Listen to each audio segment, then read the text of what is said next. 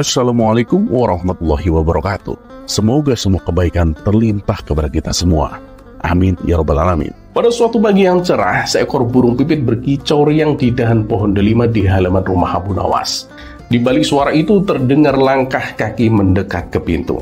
Ternyata itu adalah sahabat lama Abu Nawas, yaitu si Jalal, yang datang dengan raut wajah sedikit murung. "Assalamualaikum Abu Nawas," serunya dari luar pagar. Abu Nawas pun keluar sambil tersenyum. "Waalaikumsalam, Jalal. Angin apa yang membawamu pagi-pagi ke sini?" Jalal pun menatap Abu Nawas dengan mata yang sedikit berkaca-kaca. "Aku datang untuk pamit Abu Nawas. Hari ini aku akan berangkat ke negeri seberang. Mungkin cukup lama, bahkan mungkin bisa tahunan Abu Nawas." Abu Nawas pun sedikit terkejut. "Hah? Kenapa buru-buru, Jalal? Aku bahkan belum sempat mengajakmu main catur lagi minggu ini." Jalal pun tersenyum lemah. "Ya, lain kali kalau aku pulang, kita main catur sampai larut Abu Nawas. Tapi untuk sekarang, aku hanya ingin berpamitan." Keduanya pun saling menatap, lalu berpelukan hangat. Sungguh perpisahan selalu terasa berat meskipun hanya sementara. Abu Nawas pun menepuk-nepuk punggung sahabatnya itu. "Ya sudah, hati-hati di jalan ya Jalal. Aku pasti akan merindukanmu." "Aku juga akan merindukanmu Abu Nawas," balas Jalal. Saat mereka melepaskan pelukan, Jalal tiba-tiba melihat cincin indah di jari Abu Nawas. Matanya berbinar dan ia berkata, "Oh iya Abu Nawas, aku ada ide. Bagaimana kalau kamu berikan cincinmu itu sebagai kenang-kenangan? Jadi setiap aku melihat jariku, aku akan langsung teringat kepadamu." Abu Nawas pun terdiam. Ia melirik cincin itu sejenak. Cincin perak dengan ukiran halus yang ia terima dari baginda raja sebagai hadiah karena berhasil menyelesaikan perkara sulit di istana. Nilainya bukan hanya dari bentuknya, tapi dari kisah di baliknya. Gumam Abu Nawas sambil mengelus dagu.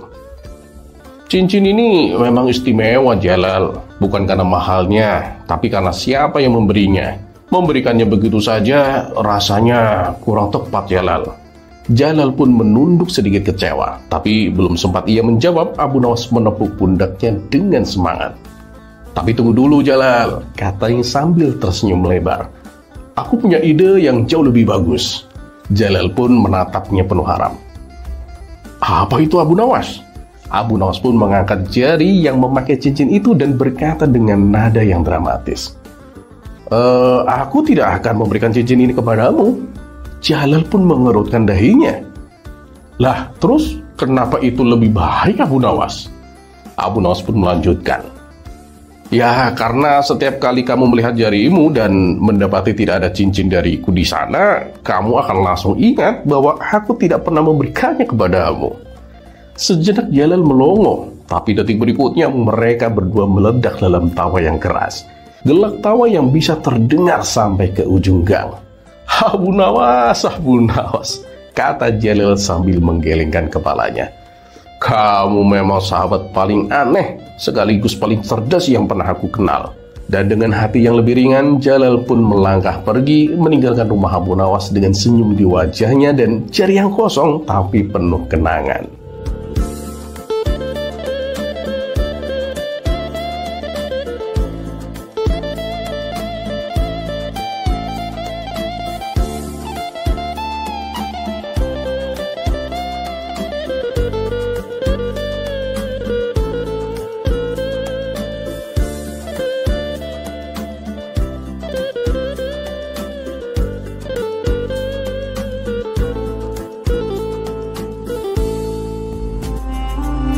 Kisah selanjutnya.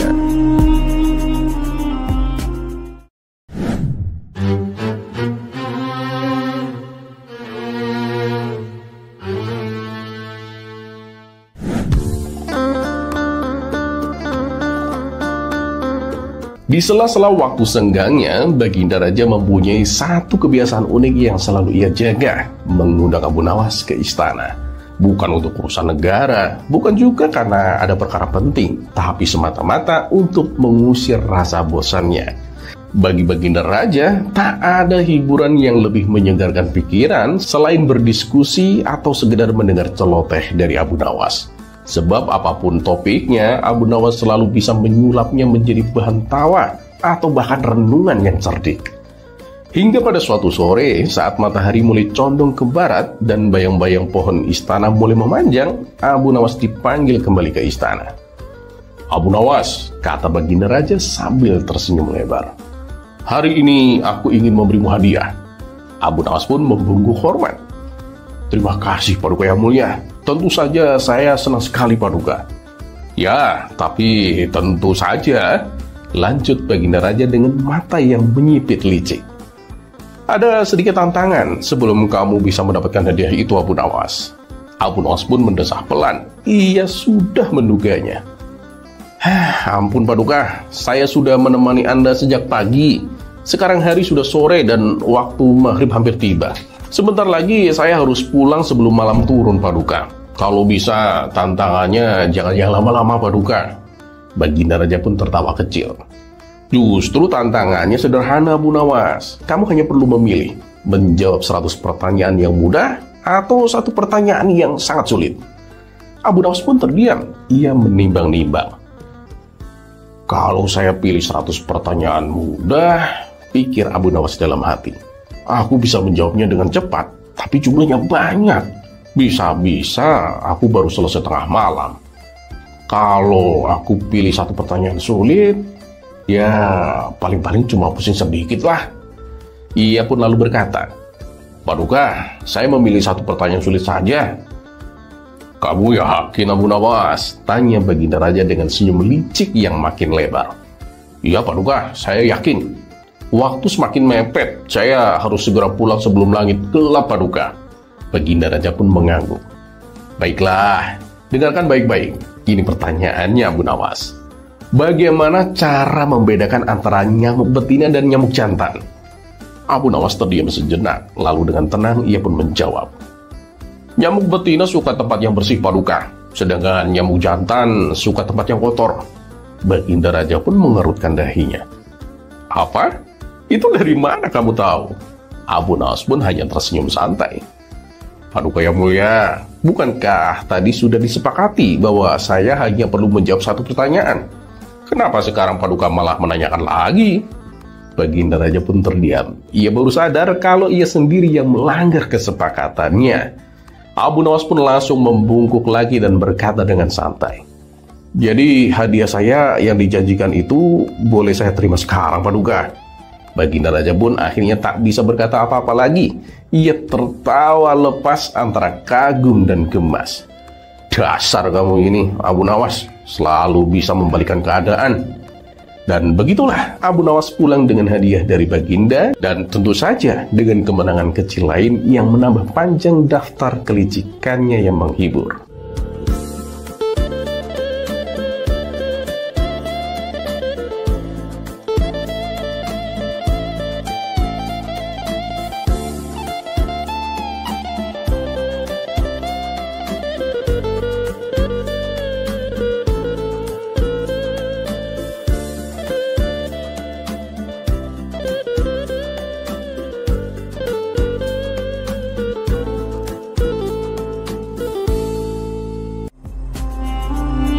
Kisah selanjutnya.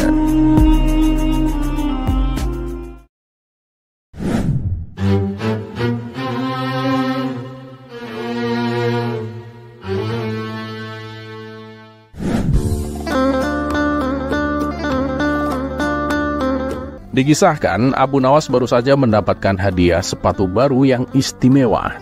Hadiah tersebut ia dapatkan dari sahabatnya yang kini hidup di negeri seberang. Karena model dan warnanya yang sangat indah, Abu Nawas pun sangat mengagumi hadiah sepatunya. Hingga akhirnya terbesit niat Abu Nawas untuk memamerkannya kepada kawan-kawan di tongkrongannya. Maka pergilah Abu Nawas ke warung tempat biasa mereka berkumpul. "Sepatumu indah sekali Abu Nawas. Baru kali ini loh aku melihat sepatu yang demikian indah," puji kawan-kawannya ketika melihat sepatu baru yang dikenakan Abu Nawas. Namun, nasib sial menimpa Abu Nawas. Karena pada suatu malam, sepatu yang sangat ia banggakan dicuri oleh maling. Abu Nawas baru menyadari hal itu keesokan paginya saat ia melihat pintu rumah sudah dalam keadaan terbuka. Kesialan Abu Nawas ternyata tak berhenti sampai di situ. Kambing-kambing ternaknya juga ikut hilang dicuri maling. Hal ini membuat sang istri menjadi emosi. Ia menyalahkan Abu Nawas dan ngomel tanpa henti. Makanya kalau mau tidur, periksa dulu pintunya. Gara-gara kamu lupa kunci pintu, barang-barang di rumah kita pada hilang. Omel sang istri. Abu Nawas hanya diam dan tertunduk lesu. Ya, bagaimanapun ini adalah kesalahan darinya. Tidak lama kemudian, tiba-tiba datanglah beberapa pengawal istana. "Tuan Abu, Anda diperintahkan ke istana sekarang juga," kata salah satu pengawal. "Apa tidak ada hari lain? Hari ini aku sedang banyak masalah," balas Abu Nawas. "Ini perintah Baginda Raja, Tuan Abu," ujar pengawal istana. Akhirnya dengan terpaksa Abu Nawas pun memenuhi panggilan Baginda Raja. Dan singkat cerita, sampailah Abu Nawas di istana. "Abu Nawas, kenapa mukamu terlihat kesal?" tanya Baginda Raja. "Tidak, Paduka, itu hanya perasaan Paduka saja," jawab Abu Nawas berbohong. Padahal saat itu ia sedang tidak karuan. "Katakan saja, Paduka, apa tujuan Paduka mengundang saya?" tanya Abu Nawas. "Begini, aku ada tugas penting untukmu. Kalau kamu berhasil melakukannya, aku akan memberimu hadiah. Tapi kalau gagal, kamu akan mendapatkan hukuman. Gimana?" kata Baginda Raja. "Ya, katakan saja tugasnya, Paduka," balas Abu Nawas menahan emosi. "Tugasnya adalah kamu harus membuat kudaku tertawa," jawab Baginda Raja. Tanpa pikir panjang, Abu Nawas pun langsung meminta supaya kudanya dihadirkan. Ia pun mendekatkan kupingnya ke mulut si kuda, seolah-olah ia sedang mendengar kuda tersebut berbisik kepadanya. Melihat perilaku Abu Nawas ini, Baginda Raja pun merasa heran. "Abu Nawas, apa yang kuda itu bisikan padamu?" tanya Baginda Raja penasaran. "Dia memberitahu saya, Paduka. Katanya dia bisa tertawa, tapi hanya jika melihat Paduka berlari dengan satu kaki," jawab Abu Nawas. Tentu saja hal ini tidak mungkin dilakukan oleh Baginda Raja, apalagi dengan kondisi badannya yang gemuk. "Jangan mengada-ngada kamu, Abu Nawas. Jangan mempermainkan aku," bentak Baginda Raja. Namun kali ini Abu Nawas yang biasanya takut dengan bentakan Baginda Raja berani membalas. "Lah, begitu juga dengan Paduka. Jangan mempermainkan saya dengan tugas yang tidak masuk akal ini. Aku tak butuh hadiah. Aku mau pulang sekarang," kata Abu Nawas sambil berlalu. Reaksi kasar Abu Nawas ini sempat membuat prajurit istana menjadi emosi dan hendak menangkapnya. Tetapi oleh Baginda Raja dicegah. "Biarkan saja dia pulang," kata Baginda Raja. "Tapi Paduka, dia sudah bersikap tidak sopan kepada Paduka," ujar prajurit istana. "Sudah, biarkan saja. Karena sepertinya Abu Nawas sedang ada masalah. Coba cari tahu apa penyebabnya," perintah Baginda Raja. Dan tak butuh waktu lama, akhirnya pengawal istana mendapatkan informasi bahwa rumah Abu Nawas telah kemalingan. Pengawal pun melaporkan hal ini kepada Baginda Raja. "Oh, itu penyebabnya. Sekarang cari siapa pelaku pencurinya dan tangkap serta seret ke penjara," perintah Baginda Raja. Dalam tempo 2 hari, si pelaku berhasil ditangkap beserta barang-barang curiannya. Lalu Baginda Raja mengutus pengawal istana untuk mengembalikan sepatu dan kambing milik Abu Nawas. Betapa bahagianya hati Abu Nawas saat sepatu kesayangannya bisa kembali. Begitu juga dengan kambing-kambing ternaknya.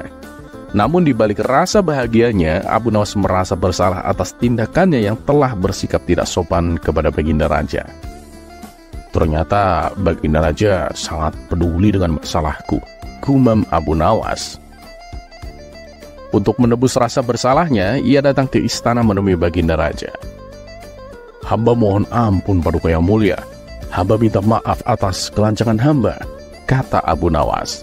Baginda Raja pun memaafkannya, tetapi dengan syarat Abu Nawas harus bisa menghiburnya. Akhirnya dengan tingkah dan wajah konyolnya, Abu Nawas mempersembahkan beberapa cerita lucu. Baginda Raja dan seisi ruangan istana tertawa terpingkal-pingkal dibuatnya.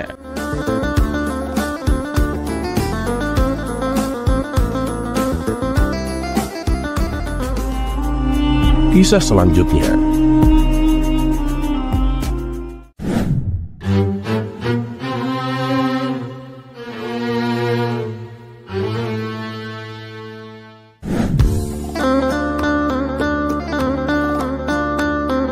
Alkisah, ada seorang ateis yang ingin membuktikan bahwa Tuhan itu tidak ada.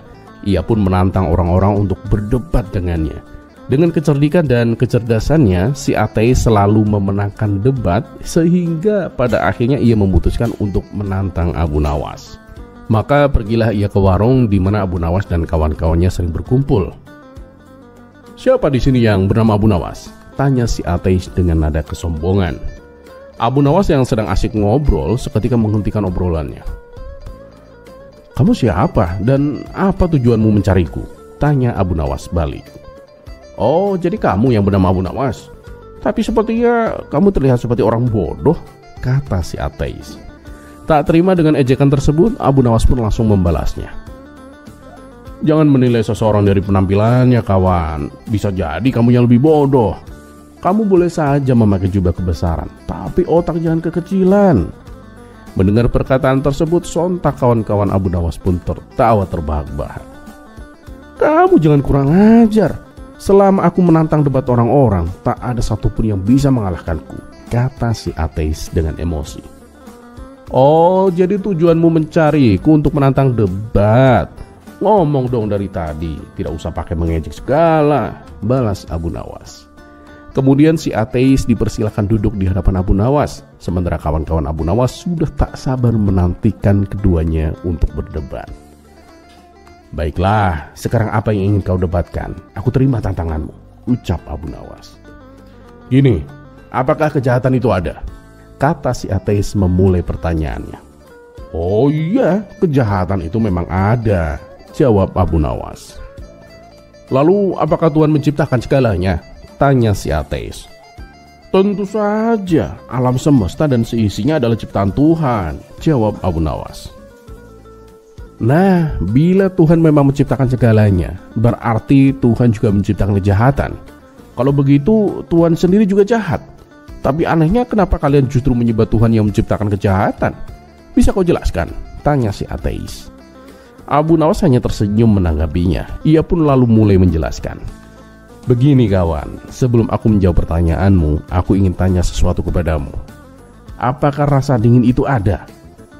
"Pasti ada lah, kamu pasti juga pernah merasakannya kan?" jawab si ateis. "Salah kawan, sebenarnya dingin itu tidak ada. Dingin hanyalah ketiadaan rasa panas." Nah, pertanyaan selanjutnya, apakah kegelapan itu ada? Tanya Abu Nawas. "Ya, kegelapan memang ada," jawab si ateis. "Salah lagi kawan, kegelapan itu tidak ada. Kegelapan hanyalah ketiadaan cahaya," jelas Abu Nawas. "Ya sudah, baiklah, itu terserah caramu berpikir. Tapi apa hubungannya dengan pertanyaanku? Kamu sama sekali belum menjawabnya," balas si ateis. "Justru aku sedang menjelaskannya kepadamu bahwa sebenarnya kejahatan itu tidak benar-benar ada dengan sendirinya. Kejahatan ada ketika manusia mengabaikan keberadaan Tuhan di dalam hatinya. Kejahatan itu ibarat dingin tanpa panas, ibarat kegelapan tanpa adanya cahaya terang," jelas Abu Nawas. Setelah mendengar penjelasan tersebut, si ateis pun tak mampu membantah ataupun menyangkalnya. Ia pun memilih untuk pergi meninggalkan Abu Nawas dan kawan-kawannya.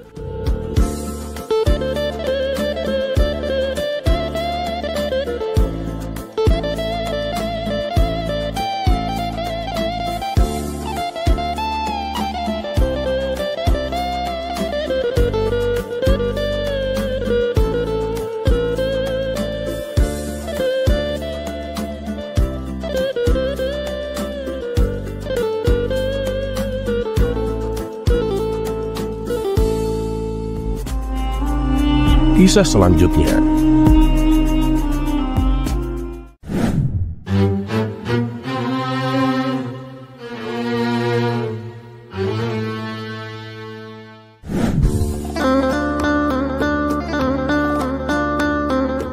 sebuah kampung tempat Abu Nawas tinggal, hiduplah seorang pemuda yang suka berbuat usil. Hampir semua warga pernah menjadi korban keusilannya. Yang membuat warga kesal, pemuda ini sama sekali tidak punya sopan santun. Kepada yang lebih muda, ia tak segan-segan mengganggu. Apalagi kepada yang lebih tua, ia juga berani bertindak seenaknya. Bagi si pemuda, yang penting ia puas dan bisa tertawa. Hingga pada suatu hari, si pemuda pun merasakan suntuk. ia memutuskan untuk berjalan-jalan keliling kampung. Saat sedang asik menikmati suasana perkampungan, dari kejauhan ia melihat seorang pria tua berjalan dengan tongkat. Pria itu tak lain dan tak bukan adalah Abu Nawas. Melihat Abu Nawas, si pemuda langsung terbesit ide untuk mengerjainya. Ia pun mengikuti Abu Nawas hingga sampai di sebuah warung, tempat Abu Nawas biasa berkumpul dengan kawan-kawannya. Abu Nawas duduk santai bersama teman-temannya, sementara si pemuda menghampiri dengan wajah penuh rencana usil. "Kek, saya perhatikan kakek ini jalannya lambat. Padahal kakek kan udah pakai tongkat," ujar si pemuda tanpa basa-basi. Kedatangan si pemuda yang tiba-tiba dan ucapannya yang kurang sopan membuat Abu Nawas sedikit terkejut. Namun dengan tenang Abu Nawas menjawab, "Saya ini kan udah tua, wajar kalau jalannya lambat. Beda dengan kamu yang masih muda." Iya sih kek. Nah, karena kakek ini sudah terlihat sangat tua, kira-kira kapan kakek mati?" tanya si pemuda sambil tersenyum lebar. Ucapan itu membuat orang-orang di warung tersentak, termasuk Abu Nawas. Tapi dengan tenang Abu Nawas bertanya, "Maaf anak muda, bisa kamu jelaskan maksud pertanyaanmu tadi?" Si pemuda pun menjawab sambil tertawa, "Begini kek, kalau kakek mati nanti, saya mau titip surat buat ayah saya. Ayah saya itu sudah mati beberapa tahun yang lalu kek." Mendengar ucapan itu Abu Nawas pun merasa kesal. Namun ia tahu jika ia marah si pemuda justru akan merasa puas karena berhasil mengerjainya. Dengan senyuman penuh makna Abu Nawas pun menjawab, "Terima kasih atas kepercayaanmu anak muda. Tapi mohon maaf, saya tidak bisa memenuhi permintaanmu." "Loh kenapa kek? Apakah kakek keberatan? Tenang aja kek, suratnya nanti saya selipkan di kain kafan kakek kok," balas si pemuda masih mencoba meledek. "Bukan itu masalahnya," jawab Abu Nawas dengan tenang. "Kalau nanti saya mati, saya tidak tahu arah jalan menuju neraka jahanam. Tapi jangan khawatir, saya punya solusi. Lebih baik kamu pergi ke Mesir, surat untuk ayahmu bisa kamu titipkan kepada Fir'aun. Dia pasti tahu alamatnya." Spontan, ucapan Abu Nawas membuat semua orang di warung tertawa terbahak-bahak. Mereka tidak bisa menahan gelak tawa hingga perut mereka terasa sakit. Sementara itu wajah si pemuda mendadak pucat dan menahan malu. Tanpa berkata apa-apa lagi, ia langsung pergi meninggalkan warung dengan langkah yang gontai.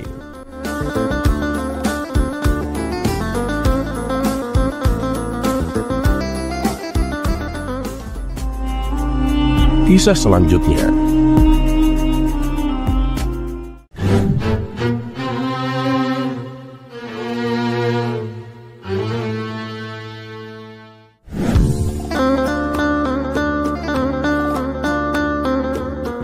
Suatu hari, Abu Nawas main ke rumah temannya yang berada di luar kota.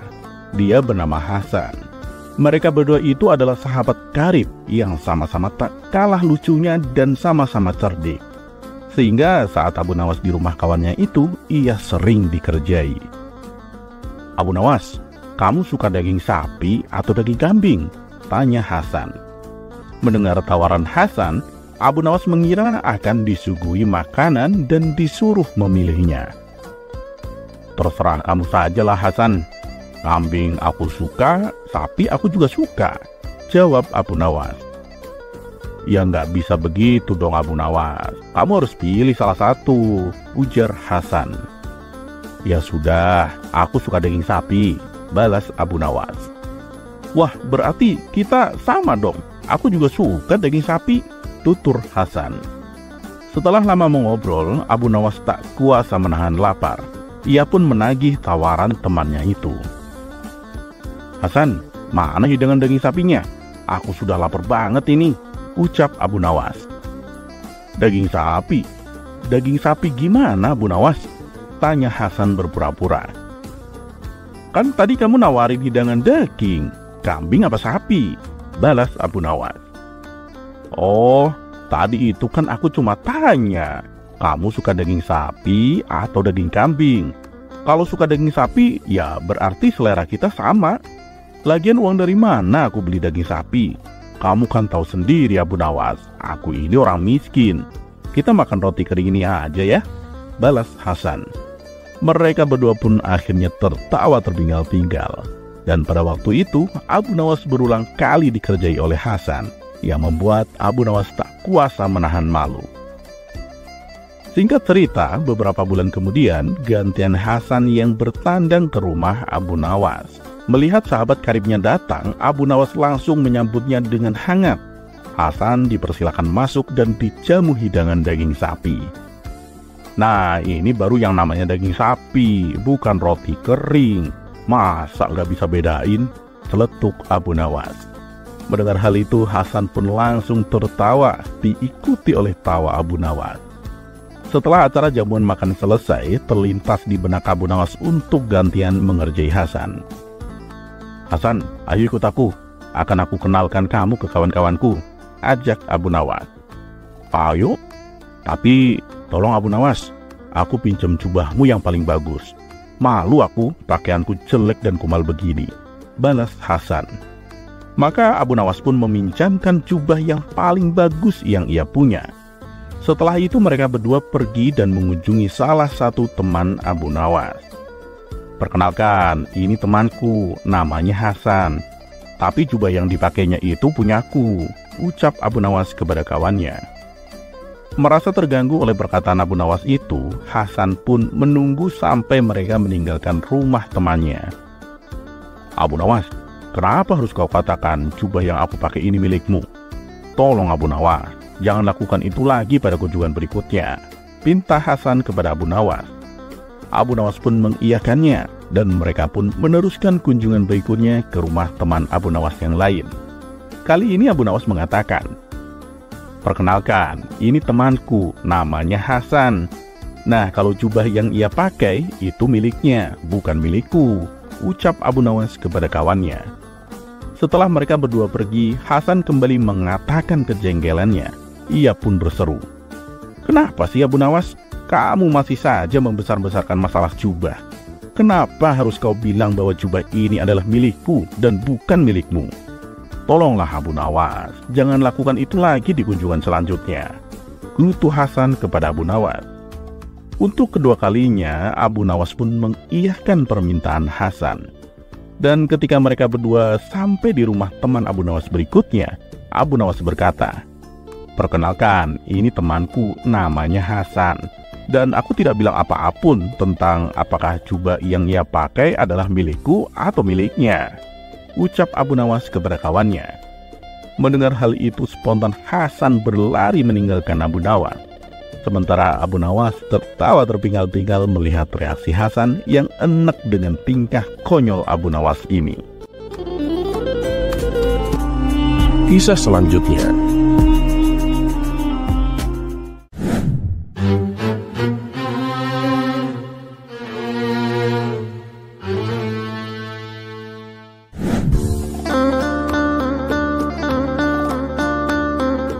Pada suatu siang, Abu Nawas melihat seorang pengemis masuk ke kebunnya dan mencuri buah.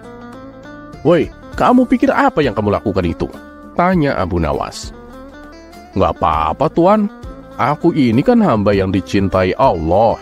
Aku makan buah yang ada di salah satu pohon di kebun milik Allah, jawab pengemis itu dengan tenang. Begitu mendengar jawaban itu, Abu Nawas mengambil sebatang kayu dan mulai memukuli pengemis itu. Laknat, kamu berani mencuri, teriak Abu Nawas. Pengemis itu malah marah dan kemudian berkata, berani sekali kamu memukul seorang hamba Allah di kebun milik Allah. Oh iya, jawab Abu Nawas. Aku hanya memukul seorang hamba Allah dengan tongkat kayu dari pohon milik Allah. Dan ini sudah menjadi tugasku menjaga kebun Allah.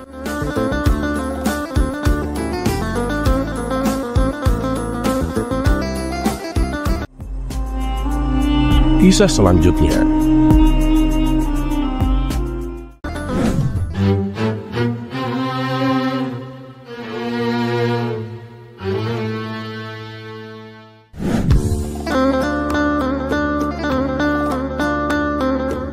Pagi itu, matahari baru saja naik ketika Abu Nawas keluar rumah dengan semangat yang menggebu. Ia membawa sebuah kendi kecil berwarna coklat tanah, peninggalan nenek buyutnya, yang katanya bisa membuat air di dalamnya tetap dingin meski siang bolong. Namun hari itu, kendi itu tidak digunakan untuk air. Ia hendak membeli susu, tepatnya 1 galon susu sapi. Dengan langkah yang ringan, Abu Nawas berjalan ke warung Pak Dullah, penjual segala macam kebutuhan warga kampung. Warung itu kecil tapi ramai, karena selain menjual bahan makanan, kadang juga jadi tempat orang gosip dan ngopi bareng. Sesampainya di sana, Abu Nawas langsung ikut mengantri. Di depannya ada ibu-ibu yang sedang menawar harga cabai, dan di belakangnya seorang kakek tua sedang membawa termos kosong yang besar. "Wah, kamu bawa kendi, Abu Nawas?" tanya Pak Dullah begitu gilirannya tiba. "Iya dong," jawab Abu Nawas sambil menyodorkannya. "Saya mau beli 1 galon susu sapi, Pak Dullah."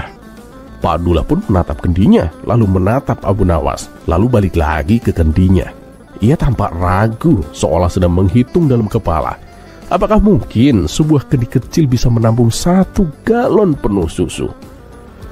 "Maaf nih Abu Nawas, wadah yang kamu bawa itu terlalu kecil. Ini tidak cukup untuk 1 galon susu," kata Pak Dullah jujur. "Oh begitu ya," jawab Abu Nawas ringan. "Ya sudah, kalau begitu ganti saja dengan susu kambing." Pak Dullah pun mengangkat alisnya. "Loh, itu tetap tidak bisa Abu Nawas. Wadah yang kamu bawa itu tetap terlalu kecil." Abu Nawas pun menatap kendi itu, lalu menatap Pak Dullah dengan serius. "Loh, bagaimana bisa? Antara sapi dan kambing kan ukurannya beda, Pak Dullah. Kambing itu kan lebih kecil daripada sapi. Seharusnya susu dari kambing juga lebih sedikit. Jadi kendi kecil ini cukup untuk 1 galon susu kambing dong, Pak Dullah." Tiba-tiba orang-orang di warung pun mulai mendongak, tertarik dengan perdebatan tak biasa ini. Seorang anak muda di pojok warung pun mencoba membantu. "Abu Nawas, 1 galon itu satuan ukuran volume, bukan tergantung dari ukuran binatangnya, Abu Nawas." "Tapi kambing kecil, iya kan? Susunya pasti dikit. Masa iya sama kayak susu sapi segalon?" bantah Abu Nawas sambil menyipitkan mata. Curiga dengan ini semua cuma jebakan marketing dari Pak Dullah. Pak Dullah pun menghela nafas panjang. Begini Abu Nawas, 1 galon itu tetap 3,8 liter. Mau itu dari sapi, kambing, atau bahkan unta, tetap butuh wadah sebesar itu, Abu Nawas." Abu Nawas pun terdiam sebentar, lalu mengangguk perlahan sambil bersungut-sungut. Ini mah sudah jelas-jelas aku tidak boleh beli. Bilang saja dari awal." Ia pun mengambil kembali kendinya dengan penuh drama, lalu berjalan pergi sambil bergumam. "Padahal aku sudah siap membuat susu kambing rasa stroberi." Orang-orang di warung pun tak bisa menahan tawa. Bahkan Pak Dullah pun tertawa kecil sambil menggeleng-geleng kepalanya. Dasar Abu Nawas, bikin hidup ini tidak pernah sepi.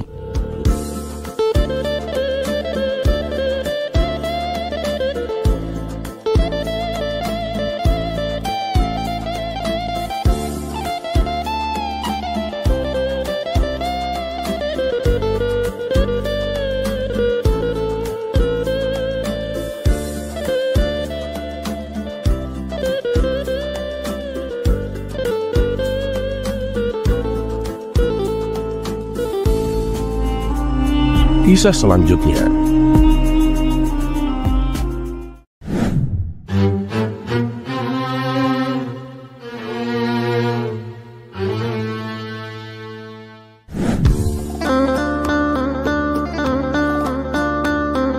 Pada suatu pagi yang cerah, aroma masakan istimewa memenuhi rumah Abu Nawas.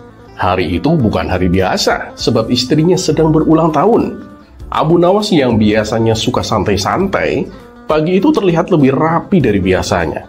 Ia bahkan sudah menyiapkan seikat bunga liar dari taman belakang yang meski sederhana tetap membuat sang istri tersenyum manis saat menerimanya.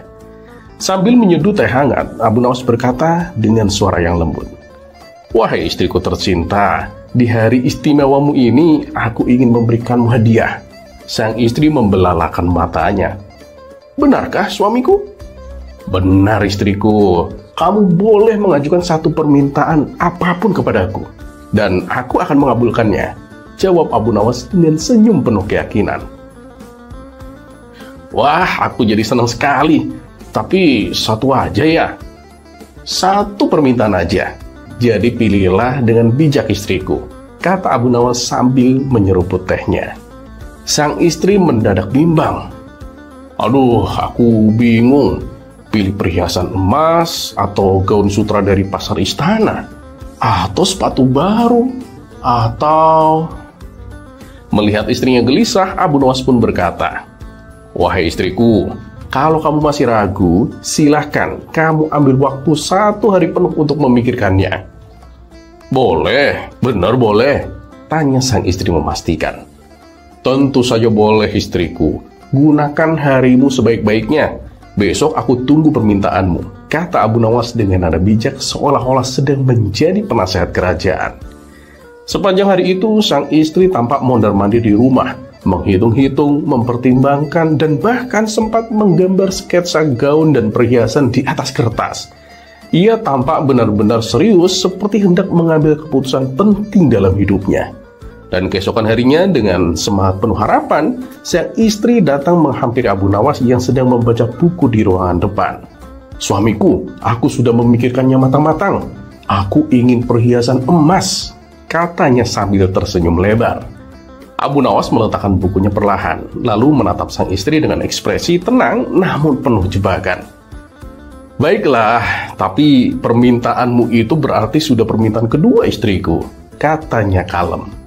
Sang istri pun mengernyitkan dahinya. "Permintaan kedua? Apa maksudmu?" Abu Nawas pun menjelaskan dengan gaya khasnya yang sok bijak. "Ya, permintaan pertamamu adalah diberi waktu 1 hari untuk berpikir, dan aku sudah mengabulkannya kemarin. Nah, sekarang kamu datang dengan permintaan kedua, yaitu perhiasan emas. Dan seperti yang kita sepakati, aku hanya mengabulkan 1 permintaan." Beberapa detik sunyi berlalu. Sang istri menatap Abu Nawas dengan tatapan yang kosong. Lalu, wush, sebuah sandal melayang ke arah Abu Nawas. Sepatu, bantal, bahkan gulungan tikar pun ikut berterbangan. Abu Nawas yang sudah menduga ini akan terjadi langsung lari lintang pukang ke halaman belakang sambil tertawa. "Ini juga bagian dari hadiah ulang tahun kan?" teriaknya sambil berlindung di balik pohon pisang. Sang istri hanya bisa mendengus gemas dari balik pintu. "Suamiku memang cerdik tapi licik." Dan sejak saat itu, setiap Abu Nawas memberikan penawaran 1 permintaan, sang istri akan lebih berhati-hati dan selalu menyiapkan sandal cadangan.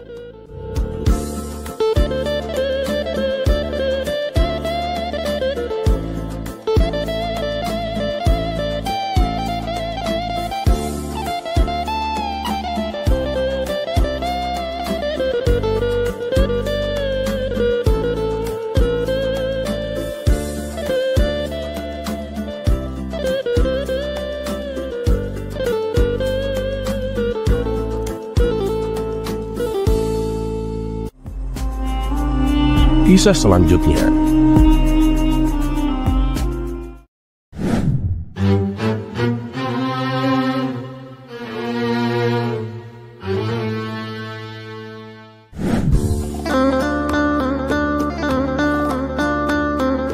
Dikisahkan Abu Nawas sedang melakukan pengembaraan, menyusuri daerah-daerah yang belum pernah ia jumpai. Hingga akhirnya sampailah ia di sebuah kampung yang rata-rata penghuninya adalah orang miskin. Untuk menuju kampung tersebut sangatlah sulit karena terpisah oleh sungai besar yang tidak memiliki jembatan penyeberangan. Abu Nawas sendiri harus menyewa sebuah perahu agar bisa sampai ke kampung tersebut. Melihat ada orang asing datang ke kampung mereka, para penduduk menyambutnya dengan ramah. Apalagi saat itu penampilan Abu Nawas layaknya seorang ulama sufi. Dan ketika malam tiba, Abu Nawas diundang untuk mengikuti sebuah pertemuan di kampung tersebut, di mana dalam pertemuan itu dibahas mengenai rencana pembangunan jembatan. Abu Nawas pun menyarankan agar tiap warga dimintai sumbangan. "Wahai Tuan Abu, penduduk kami ini rata-rata orang miskin. Untuk makan sehari-hari saja susah, Tuan," kata mereka.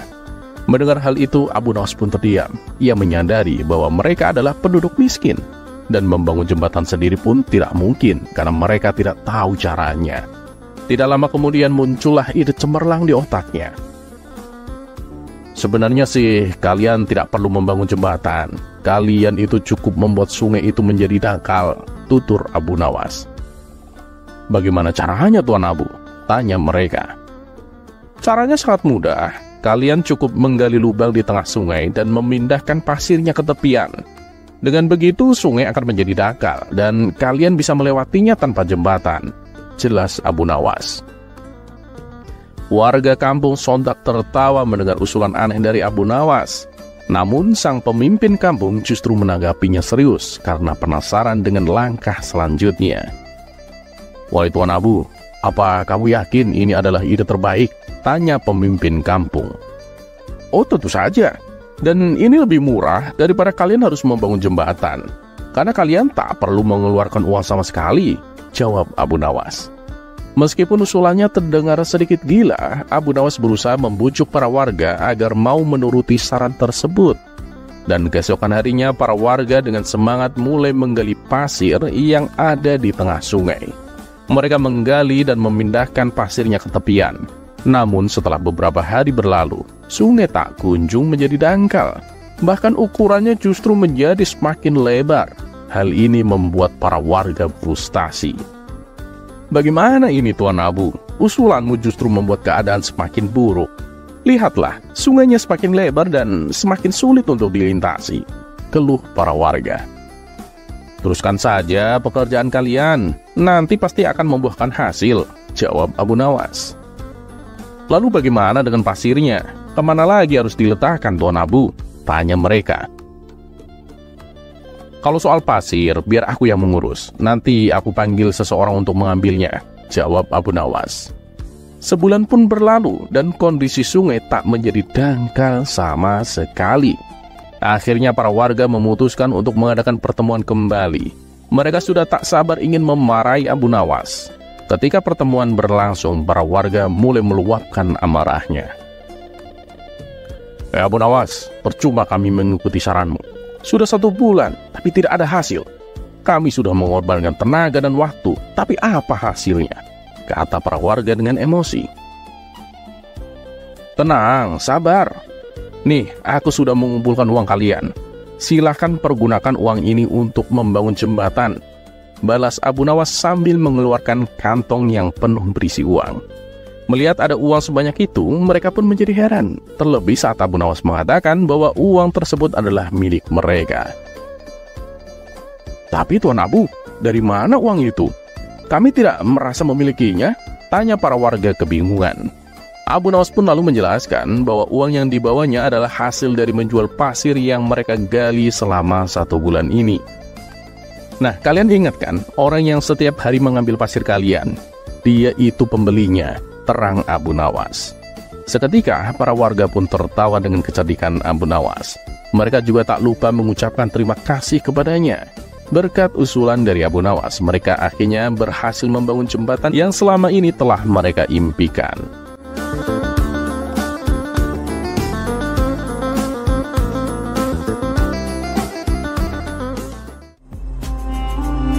Kisah selanjutnya.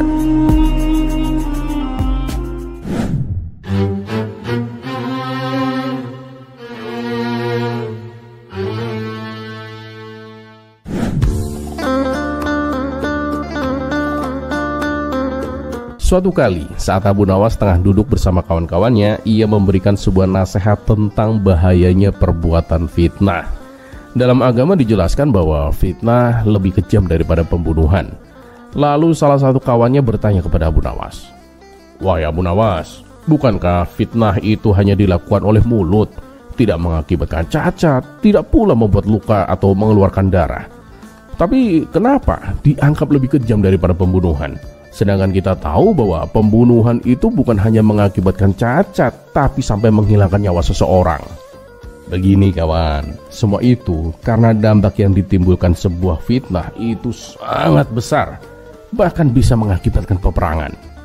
Kawan Abu Nawas yang bertanya itu semakin penasaran dengan jawaban tersebut. "Masa sih Abu Nawas? Bisakah kau buktikan ucapanmu? Aku sendiri tidak pernah mendengar kisah tentang bahayanya sebuah fitnah," tanya kawannya. "Baiklah, aku akan ceritakan sebuah kisah." Nah, kisah ini juga pernah diceritakan oleh Muhammad bin Salamah radhiyallahu anhu. Dahulu ada seorang saudagar kaya ingin membeli budak. Maka pergilah ia menemui sebuah jual budak. Saat ia sedang memilih budak yang akan dibelinya, ia mendapati budak-budak tersebut rata-rata memiliki cacat dan sudah tua. Hanya ada satu budak yang masih muda, badannya bersih dan tidak memiliki cacat. "Aku mau beli budak yang itu aja," kata si saudagar kaya kepada si penjual. "Apa Tuan yakin? Dia memang masih muda dan tidak cacat, Tuan. Tapi dia adalah budak yang suka fitnah, Tuan," tutur si penjual kepada si saudagar. Nah, akan tetapi saudagar kaya itu mengabaikan pemberitahuan tersebut. Ia pun tetap membelinya. Baru beberapa hari menjadi budak si saudagar kaya, si budak itu mulai melakukan kebiasaannya, yaitu menebar fitnah. Si budak mendatangi istri si saudagar kaya. Ia mengatakan, "Sesungguhnya suamimu tidak mencintaimu. Ia hendak menikahi wanita lain dan akan menjadikanmu sebagai budak," kata si budak kepada istri saudagar kaya. Istri sang saudagar pun terkejut mendengarnya. "Ah, mana mungkin? Bagaimana kau tahu?" tanya si istri penasaran. "Karena setiap kali aku diajak keluar oleh suamimu, ia menemui wanita yang akan dijadikan istrinya," jawab si budak. Istri saudagar itu pun mulai terlihat gelisah. Ia terdiam sambil menahan sakit di hatinya. "Tapi jangan khawatir, aku punya solusi agar suamimu mengurungkan niatnya," kata si budak mulai menghasut. "Katakan padaku, apa yang harus aku lakukan?" tanya si istri saudagar. "Nah, begini, bila kamu ingin suamimu masih tetap mencintaimu, nanti malam saat kamu akan tidur dengan suamimu, ambillah sebilah pisau kecil. Ketika suamimu sudah tertidur, cukurlah beberapa helai rambut di janggutnya. Rambut tersebut nanti kamu simpan bersamamu. Dengan begitu suamimu akan menjadi tergila-gila kepadamu," kata si budak memberitahu. Istri saudagar itu pun mulai terhasut dan menuruti apa yang disarankan oleh budak barunya. Sementara itu si budak gantian mendatangi saudagar majikannya. "Wahai Tuan, sesungguhnya istri Tuan telah berselingkuh dengan lelaki lain, dan ia ingin membunuh Tuan supaya bisa menguasai semua harta Tuan," kata si budak. "Ah, itu tidak mungkin. Istriku adalah wanita yang baik dan setia," ujar si saudagar kaya.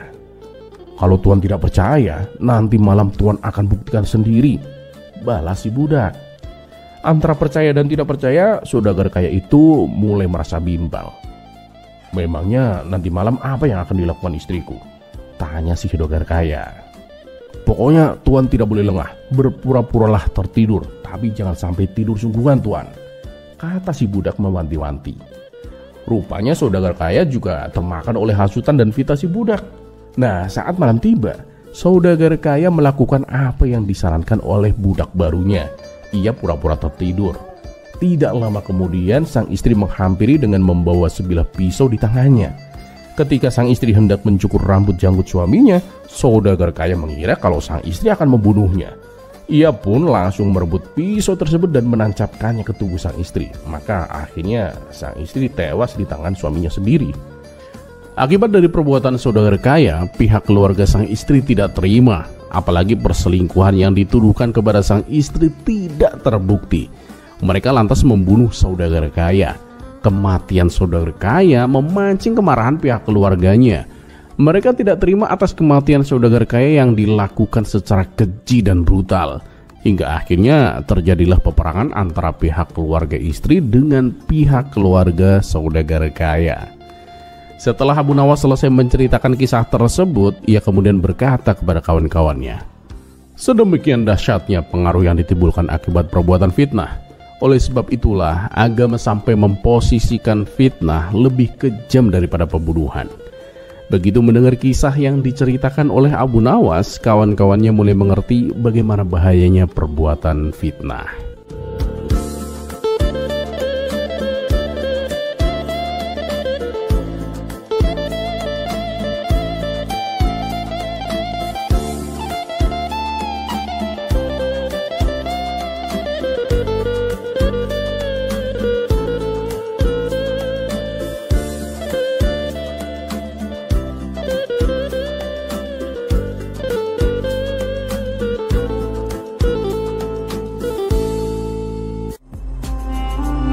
Kisah selanjutnya.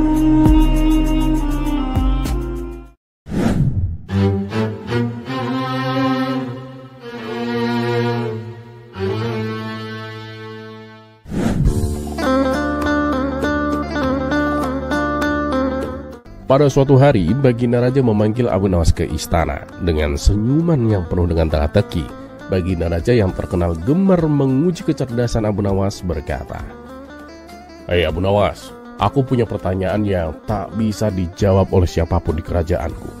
Kalau kamu berhasil menjawabnya, kamu akan mendapatkan hadiah emas sepenuh keranjang. Tapi kalau kamu gagal, kamu harus membersihkan kandang kuda selama sebulan penuh." Abu Nawas pun tersenyum tipis. Dia tahu pertanyaan Baginda Raja pasti rumit dan menjebak, tetapi ia tidak gentar. "Siap Paduka, apakah pertanyaan itu Paduka?" tanyanya dengan tenang.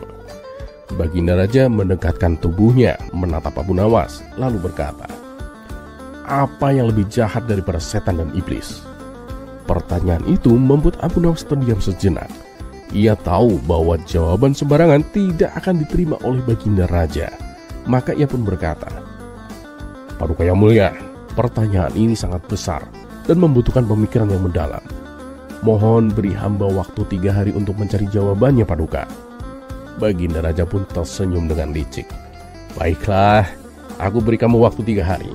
Tapi ingat, jawabanmu harus memuaskanku Abu Nawas." Setelah meninggalkan istana, Abu Nawas pun mulai berpikir keras. Pada hari pertama, ia pergi ke pasar untuk mengamati tingkah laku orang-orang. Di sana, ia melihat seorang pedagang yang mencurangi timbangannya akan mendapatkan keuntungan yang lebih besar. Ia menambahkan beban kecil yang tersembunyi di bawah timbangan, sehingga barang yang ia jual terlihat lebih berat dari yang sebenarnya. Abu Nawas mendekati seorang pembeli dan berkata, "Tahukah kamu bahwa barang yang kamu beli sebenarnya lebih ringan dari yang terlihat?" Pembeli itu terkejut, tetapi pedagang itu langsung membantah dengan suara lantang, "Jangan dengarkan dia, aku ini pedagang yang jujur." Abu Nawas pun tersenyum sambil bergumam dalam hati, "Orang ini menggunakan akalnya untuk mencurangi orang lain. Apakah ini yang lebih jahat daripada setan?" Namun ia merasa ini belum cukup untuk menjadi jawaban yang pasti. Ia terus berjalan hingga ia melihat seorang pejabat kerajaan sedang memeras seorang petani miskin. Pejabat itu memaksa sang petani untuk membayar pajak lebih tinggi dari yang seharusnya, dengan ancaman akan menyita tanahnya jika tidak segera membayar. Abu Nawas pun merasa geram melihatnya. "Ini lebih jahat lagi," pikirnya. Tapi ia tetap merasa ada hal yang lebih besar daripada ini. Pada hari kedua, Abu Nawas pun memutuskan untuk mencari nasihat dari seorang alim yang terkenal bijaksana di masjid. Ia menceritakan pertanyaan Baginda Raja dan bertanya, "Nah, kalau menurut Tuan, apa yang lebih jahat daripada setan atau iblis?" Sang alim itu pun tersenyum dan berkata, "Setan atau iblis itu musuh yang nyata, tapi mereka hanya bisa menggoda. Manusia di sisi lain bisa menjadi lebih jahat ketika mereka mengikuti hawa nafsu mereka tanpa kendali. Bahkan hawa nafsu manusia bisa membuat mereka melakukan hal-hal yang bahkan setan pun tak terpikirkan." Mendengar ini, Abu Nawas merasa pencerahannya semakin lengkap. Ia merenungkan kata-kata itu sepanjang malam dan merangkai jawaban yang akan ia berikan kepada Baginda Raja. Di hari ketiga, Abu Nawas kembali ke istana. Baginda Raja sudah menunggu dengan penuh rasa ingin tahu, dikelilingi oleh para menteri dan penasehatnya. "Jadi Abu Nawas," kata Baginda Raja dengan senyum penuh harap, "apa jawabanmu? Apa yang lebih jahat daripada setan atau iblis?" Abu Nawas pun membungkuk hormat dan menjawab dengan tenang, "Paduka yang mulia, yang lebih jahat daripada setan adalah manusia yang menggunakan akalnya untuk berbuat kejahatan." Baginda Raja mengernyit, penasaran dengan jawaban itu. "Manusia? Jelaskan maksudmu." Abu Nawas pun melanjutkan dengan penuh percaya diri, "Setan hanya menggoda Paduka. Mereka memanfaatkan kelemahan manusia. Tetapi manusia memiliki akal yang bisa membedakan antara baik dan buruk. Ketika manusia dengan sengaja menggunakan akalnya untuk mencurangi orang lain, menindas yang lemah, atau bahkan merusak tatanan dunia demi kepentingan pribadi, mereka melampaui setan dalam hal kejahatan Paduka. Setan hanyalah penggoda, tetapi manusia menjadi pelaku kejahatan yang sesungguhnya." Mendengar penjelasan itu, Baginda Raja terdiam. Ia merenungkan kata-kata Abu Nawas.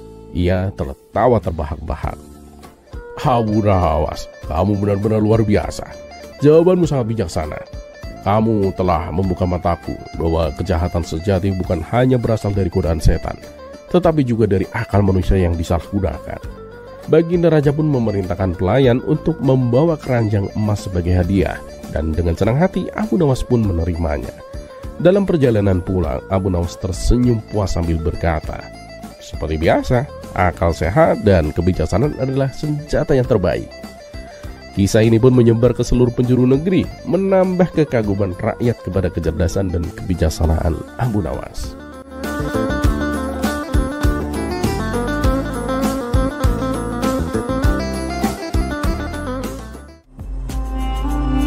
Kisah selanjutnya.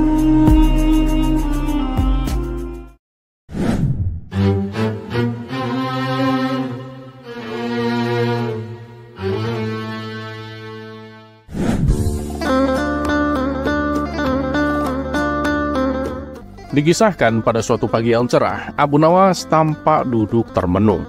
Pasalnya hari itu ia tidak punya uang untuk membeli makanan. Istrinya menyarankan agar ia menjual barang apapun yang mungkin bisa menghasilkan uang. Lalu Abu Nawas teringat akan sepasang sepatu kesayangannya. "Oh iya, baru ingat. Selama ini kan Abu Jahil menginginkan sepatuku. Aku jual saja kepadanya," pikir Abu Nawas. Tanpa menunggu lama, ia segera menuju rumah Abu Jahil dengan membawa sepatu kesayangannya. "Abu Jahil, aku mau jual sepatuku nih," kata Abu Nawas. "Mau jual berapa?" tanya Abu Jahil. "Ya, 10 dirham sajalah Abu Jahil," jawab Abu Nawas. Mendengar itu, Abu Jahil sempat terkejut. Dalam hatinya ia berkata, "Kenapa dia menjualnya begitu murah ya? Pasti dia lagi butuh uang."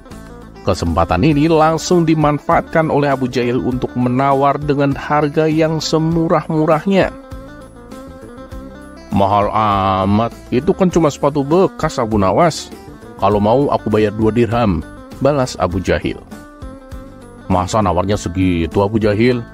Bukankah kamu dari dulu menginginkan sepatu ini?"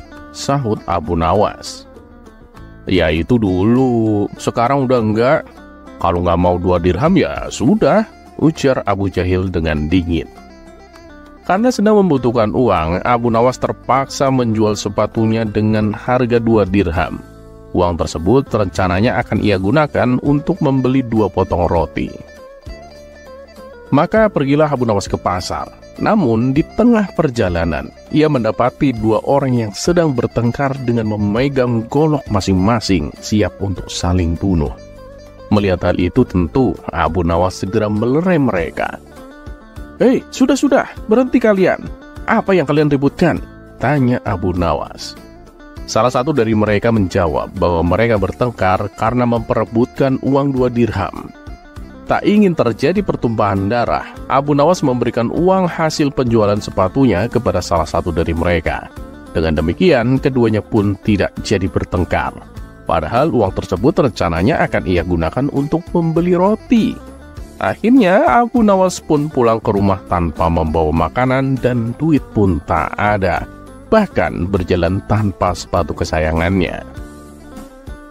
Setibanya di rumah, ia menceritakan kepada istrinya tentang apa yang baru saja terjadi. "Makanya suamiku, kamu jangan terlalu baik sama orang lain. Lihat dulu keadaanmu sendiri," kata istrinya kecewa. "Tenang istriku, aku masih punya mantel untuk dijual," balas Abu Nawas mencoba menghiburnya.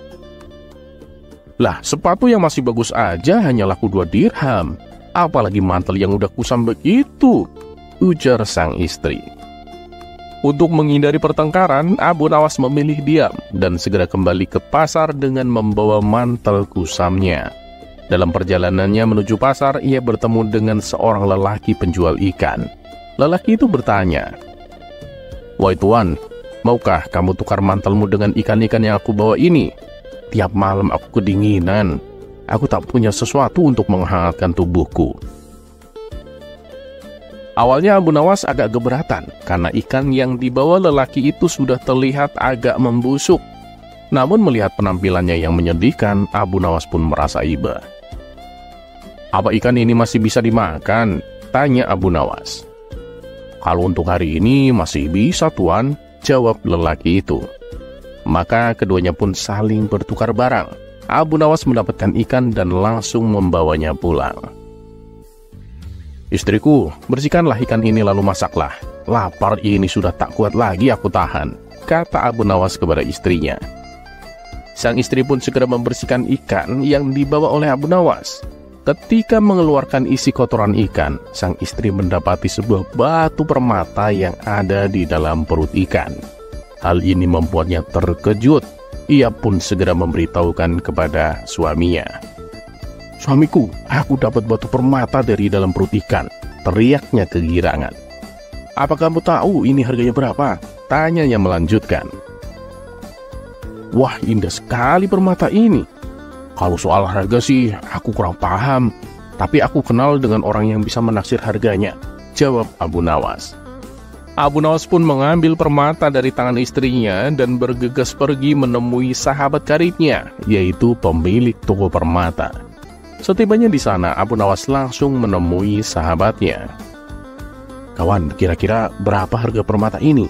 Tanya Abu Nawas sambil menyerahkannya. Si pemilik toko mengamati permata tersebut dengan sangat teliti. Ini permata yang bagus Abu Nawas. Aku beli 40.000 dirham. Gimana? Kalau kamu mau, aku akan membayarnya sekarang. Tapi kalau mau harga lebih, kamu bisa menjualnya kepada Tuan Hamid. Dia pasti bisa memberi harga yang lebih baik, kata si pemilik toko. Oh gitu ya? Ya udah, aku mau ke rumah Tuan Hamid, balas Abu Nawas. Setibanya di rumah Tuan Hamid, Abu Nawas menawarkan batu permata miliknya. Tuan Hamid pun merasa kagum. Aku paling bisa membelinya 80.000 dirham Abu Nawas. Tapi kalau kamu mau harga yang lebih, kamu bisa menemui saudara Hasan. Aku yakin harga yang ditawarkannya akan lebih baik, kata Tuan Hamid. Baiklah Tuan Hamid, kalau begitu aku mau ke rumah saudara Hasan, balas Abu Nawas. Saudagar Hasan yang paham betul soal permata langsung menawar dengan harga 120.000 dirham. Abu Nawas pun sepakat dengan tawaran tersebut dan pulang dengan membawa uang 120.000 dirham. Ketika ia sampai di depan rumah, ternyata ada penjual ikan yang berdiri menunggu kedatangannya. Ada apa kawan? Dari mana kamu tahu rumahku? Tanya Abu Nawas. Aku dengar kamu mendapatkan permata dari ikan yang aku tukar. Benar begitu? Tanya si penjual ikan. Iya benar. Ayo masuklah dulu, ajak Abu Nawas. Setelah dipersilakan duduk, lelaki penjual ikan itu mengutarakan maksud kedatangannya. Begini, aku ingin hasil penjualan permata itu dibagi menjadi 2, pintanya.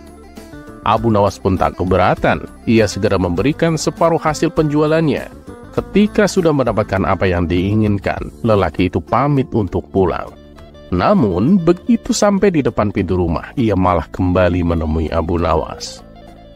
Tuan, aku nggak jadi mengambilnya. Semua uang itu sudah menjadi hakmu, kata si lelaki dan segera pergi berlalu. Beberapa hari kemudian, lelaki penjual ikan tersebut tampak duduk di istana bersama Baginda Raja. Kali ini penampilannya terlihat gagah dan berwibawa. Rupanya dia adalah raja negeri seberang yang ingin menguji kesabaran dan kejujuran Abu Nawas. Dia juga merupakan salah satu sahabat karib Baginda Raja. Bagaimana menurutmu? Tanya Baginda Raja kepada sahabatnya itu. Benar, persis seperti apa yang kamu katakan. Meskipun dia konyol dan usil, tapi soal kesabaran dan kejujuran nggak perlu diragukan, jawab sahabatnya. Nah iya, sebelumnya kan sudah aku katakan kalau Abu Nawas itu tak seburuk yang kamu kira. Ya meskipun terkadang dia bersikap kurang ajar terhadapku, tapi dia punya hati yang sangat mulia. Makanya aku sangat menyukainya, tutur Baginda Raja. Kamu sangat beruntung punya rakyat seperti dia.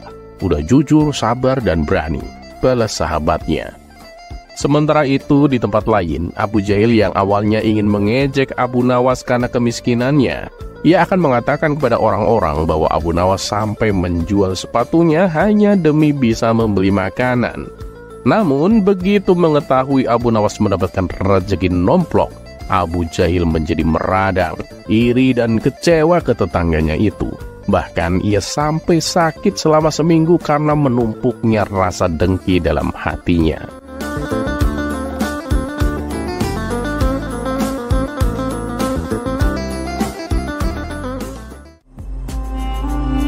Kisah selanjutnya.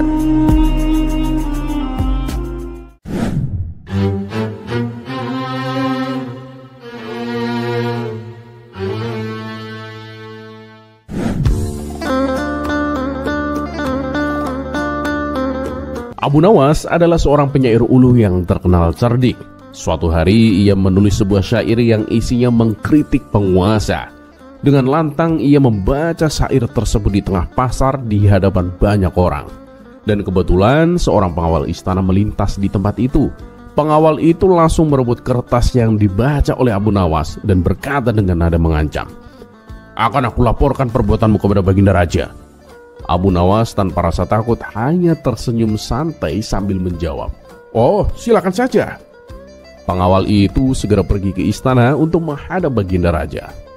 "Paduka yang mulia," lapornya, "Abu Nawas telah berbuat kesalahan besar, Paduka."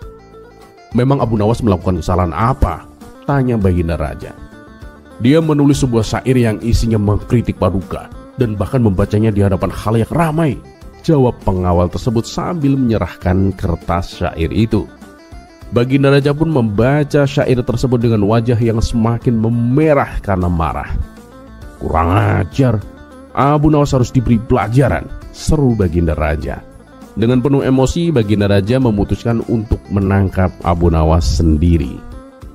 Sementara itu, Abu Nawas yang mengetahui dirinya dalam bahaya segera melarikan diri. Ia berlari ke sana kemari mencari tempat untuk bersembunyi. Akhirnya ia melihat sebuah majelis yang dipenuhi para ulama yang sedang berdoa. "Wahai Syekh, tolonglah aku. Aku sedang dikejar oleh seorang penguasa zalim," pinta Abu Nawas dengan penuh harap. Para ulama yang tidak mengetahui cerita sebenarnya menyuruh Abu Nawas duduk di tengah-tengah mereka agar tidak terlihat. Dan tidak lama kemudian Baginda Raja tiba di tempat itu. Melihat para ulama yang dihormatinya, Baginda Raja sempat merasa segan.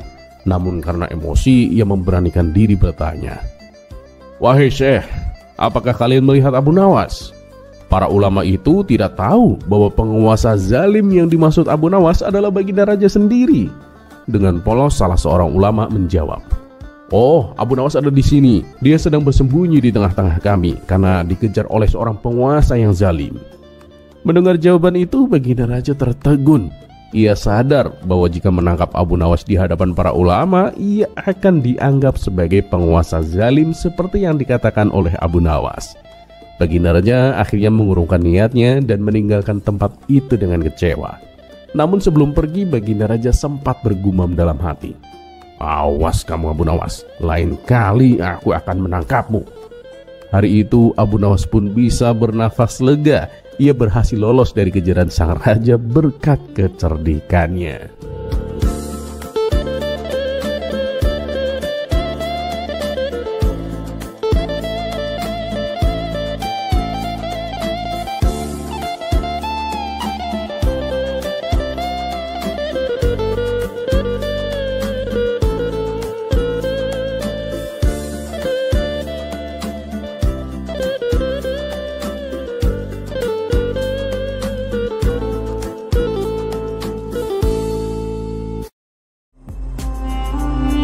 Kisah selanjutnya.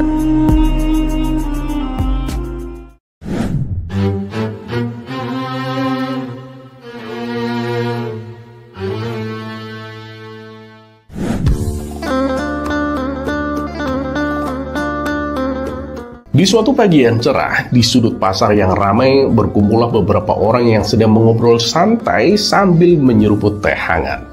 Di antara mereka ada seorang laki-laki yang tampak percaya diri, bahkan terlalu percaya diri. "Aku ini kebal terhadap segala bentuk penipuan," katanya sambil menepuk dadanya. "Penipuan apapun, kecil atau besar, tak akan bisa menjebakku. Aku sudah menguasai semua trik itu. Mau tipu-tipu uang, tipu-tipu asmara, bahkan tipu-tipu dari para pedagang curang pun tak akan lolos dariku." Orang-orang di sekelilingnya pun tampak kagum, tapi ada satu orang yang diam-diam hanya tersenyum geli. teman lama Abu Nawas, yaitu namanya Karim. Karim mengangkat alis lalu bertanya dengan nada setengah menggoda.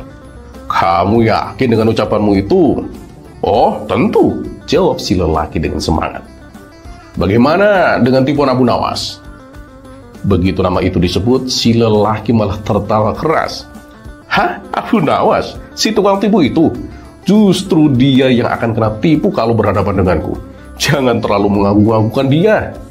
Belum sempat Karim membalas, dari kejauhan tampak seorang berjalan santai sambil memegang seikat daun mint dan 2 potong roti pipi. Siapa lagi kalau bukan Abu Nawas sendiri. Karim segera berdiri dan melambaikan tangan. "Hei, Abu Nawas, berhentilah sebentar. Ada yang ingin kubicarakan denganmu." Abu Nawas pun menghampiri mereka dengan wajah yang penasaran. "Ada apa, Karim?" Karim pun menunjuk lelaki tadi lalu berkata, "Ini temanku, dia mengaku kebal terhadap segala jenis penipuan Abu Nawas. Bahkan dia bilang tipuanmu tak akan mempan kepadanya." Abu Nawas pun menaikkan alisnya. Ia menatap lelaki itu dari ujung kepala sampai ujung sendal. "Benar itu?" tanya Abu Nawas. "Oh iya, coba saja kalau berani," jawab si lelaki dengan gaya menantang sambil menyilangkan tangan di dadanya. Abu Nawas pun mengangguk pelan sambil mengelus janggut. "Baiklah, tunggu aku di sini, aku akan kembali. Kali ini aku akan keluarkan semua tipuanku yang paling dahsyat." Setelah berkata seperti itu, Abu Nawas pun langsung berbalik dan pergi. Langkahnya tenang seolah tak ada yang aneh. Si lelaki hanya tersenyum puas. "Tuh, lihat saja, dia pasti ketakutan. Pergi dulu buat nyiapin jurus ya." "Hah, dasar penipu musiman." Ia duduk kembali di bangku kayu sambil menunggu. Awalnya santai, 10 menit, 20 menit, lalu 1 jam pun berlalu. Matahari mulai bergeser ke barat. Orang-orang di sekitar pasar pun sudah mulai pulang. Karim sendiri sudah pamit pulang sejak tadi.